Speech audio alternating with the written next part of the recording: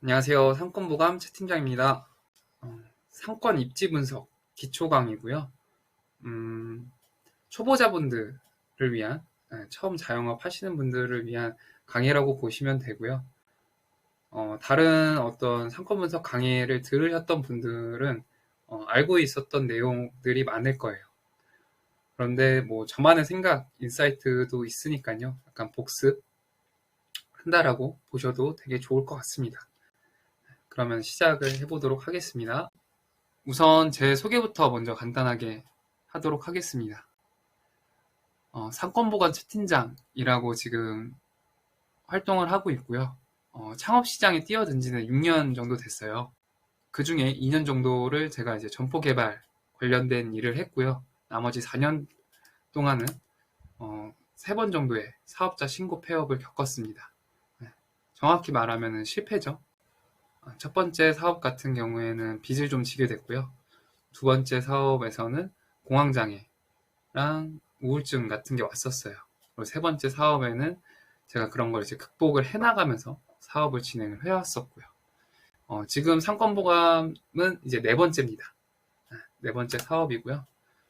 제가 점포 개발 일로 창업 오픈을 도와준 분들이 60명 정도가 돼요.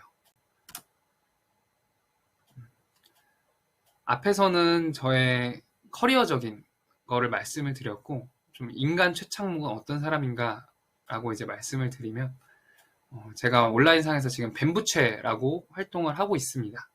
인간 최창목은 어떤 사람인가에 대해서 한번 간단하게 또 말씀을 드려볼게요. 뱀부라는 게 대나무라는 뜻이거든요. 그 중에서도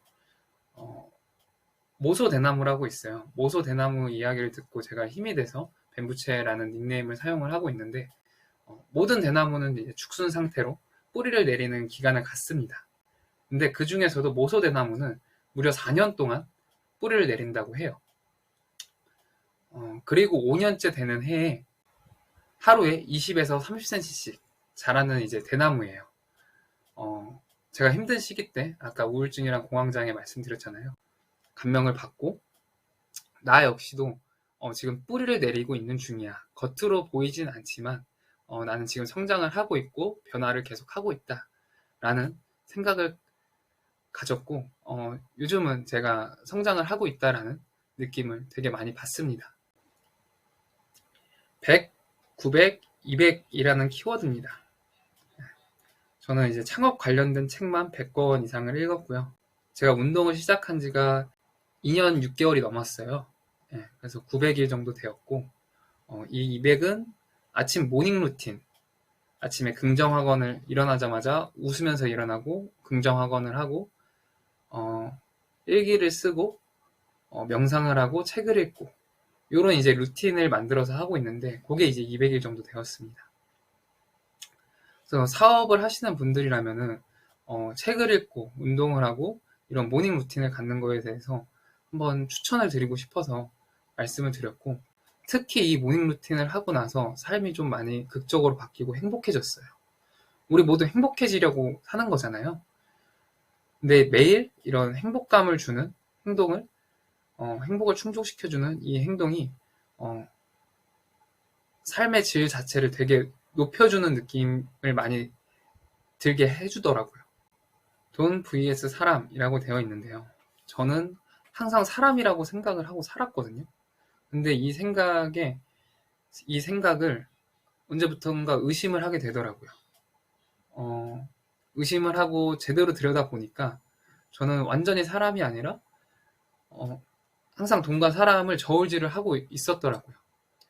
이게 이제 저의 방어 기제인데, 어렸을 때 왕따를 당했었고 뭔가 뒤통수 맞은 적이 많아서 이게 방어 기제로 계속 올라왔던 거죠. 근데 어떠한 경험을 하고 나서 제 스승의 말로 인해서 사람을 온전히 믿어봐라. 사람을 온전히 한번 믿어보면은 되게 달라진 삶을 살 거다. 라는 얘기를 듣고 정말 이 돈 vs 사람에서 항상 사람을 의식적으로 택하려고 했고, 이제는 자연스럽게 사람을 택하는 사람이 됐어요.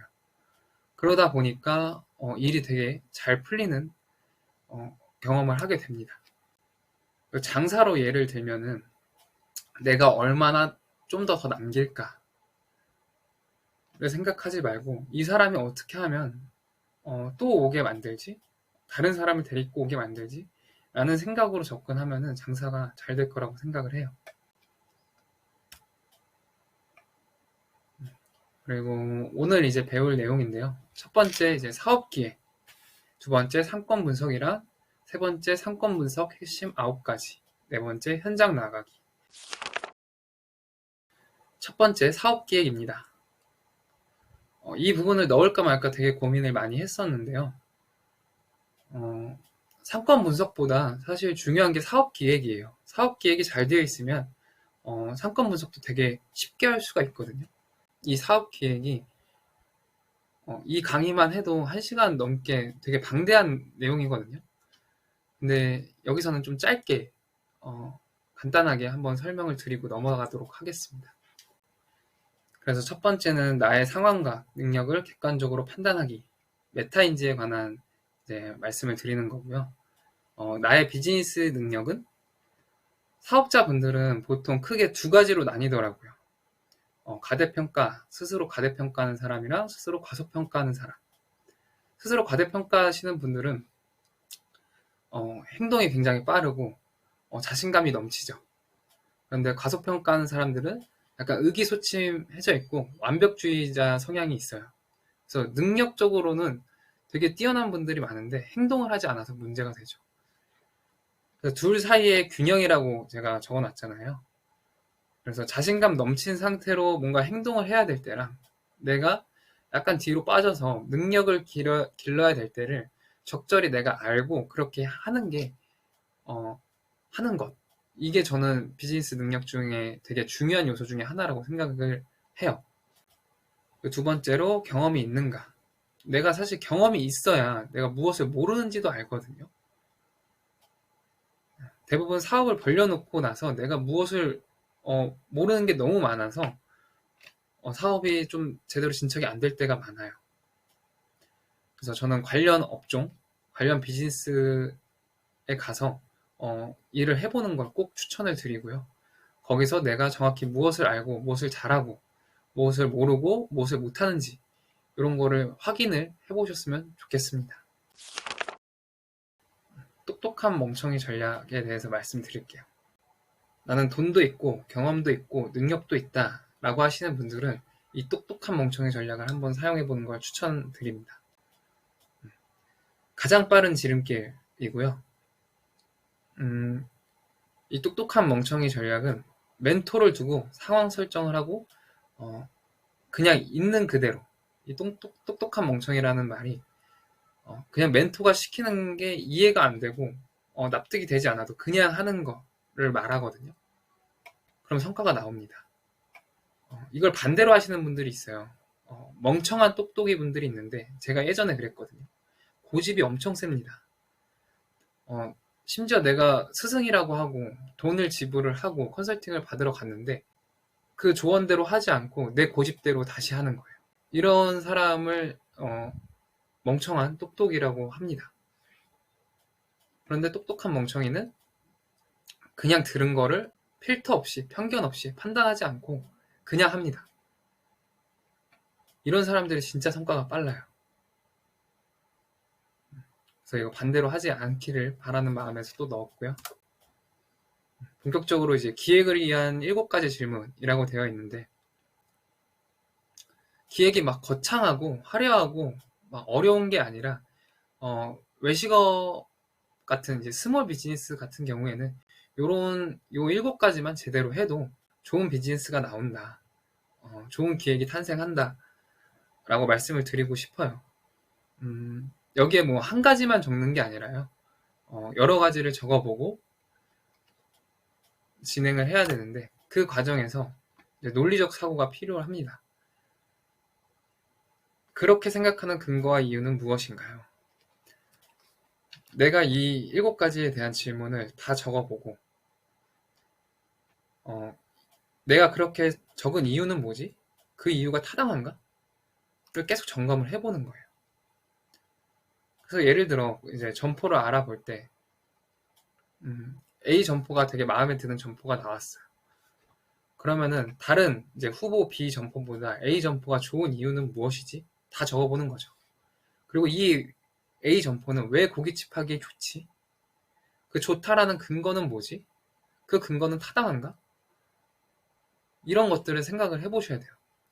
오프라인 창업을 하는 분들 같은 경우에는 이 직감의 능력이 뛰어난 분들도 계시고, 그런데 이걸 좀 너무 믿는 분들이 계세요. 어떤 결정을 내릴 때 한 가지 이상의 분명한 이유가 있어야 한다. 그리고 이거는 좀 그냥 꿀팁 같은 건데요. 나의 비즈니스를 한 줄로 표현하기. 위에 이제 7가지 질문이 완성이 됐으면은, 나의 비즈니스를 타겟 고객은 누구이며 그들은 어떠한 욕망, 목적을 가졌다라고 한번 한 줄로 적어보는 거예요. 예를 들어 오피스 상권에서 내가 갈비집을 하려고 하면은 이런 문장이 나올 수가 있겠죠. 저녁에 퇴근 후 회식하는 직장인들이 타겟 고객이며 그들은 편안한 자리에서 맛있는 갈비를 먹기 원한다. 이런 이제 문장이 나옵니다. 그러면은 이 기획과 앞서 세운 기획과 이 문장에 벗어난 것들은 모두 가감히 버리거나 포기해야 돼요. 사업 초보자 분들일수록 모든 고객을 가져가려고 하거든요. 그리고 이제 오픈을 해서 막상 오픈을 했는데 장사가 안 되면은 막 메뉴를 늘려가죠. 그럼 내가 처음에 의도한 기획이랑 타겟 고객과는 점점 더 멀어지게 됩니다. 이게 창업자분들이 가장 많이 하는 실수거든요.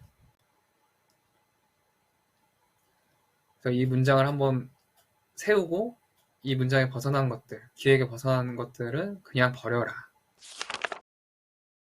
그리고 질문에 관한 내용인데요. 이런 질문은 좀 잘못됐습니다. 너무 애매하죠? 여기에 어떤 구체적인 디테일한 질문을 하나 추가를 해야 돼요. 그래야 좋은 답이 나옵니다. 제 스승한테 배운 건데요. 좋은 질문에 좋은 답이 나온다라는 말을 되게 반복적으로 하세요. 스스로한테 질문할 때도 그렇고 다른 사람한테 질문할 때도 그렇고 질문이 구체적이고 디테일할수록 좋은 답변이 나온다.